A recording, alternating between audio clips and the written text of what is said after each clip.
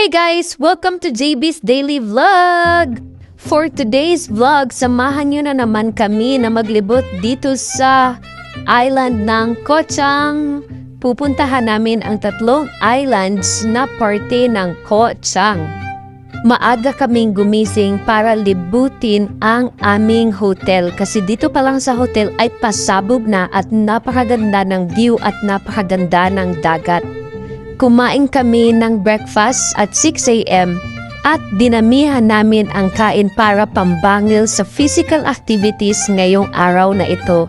9 a.m. ang call time namin para papuntang pier which is 30 minutes away from our hotel. Pagkatapos niyon ay sasakay na naman kami ng boat para sa unang islands na aming bibisitahin. I am so excited kasi sa tingin ko mahihigatan niya ang last trip namin sa Phuket. Na-observe ko lang nung papunta kami dito sa island na napakaganda ng tubig at napakakalma. Walang masyadong alon. At yung mga buhangin ay napakaputi at napakapino. Napakasarap maglakad ng nakapaa at ramdamin lamang ang magaspang na texture ng buhangin. Sana habang pinapanood nyo to ay nai-enjoy nyo rin ang mga views. Yun lamang. Thank you so much. See you soon!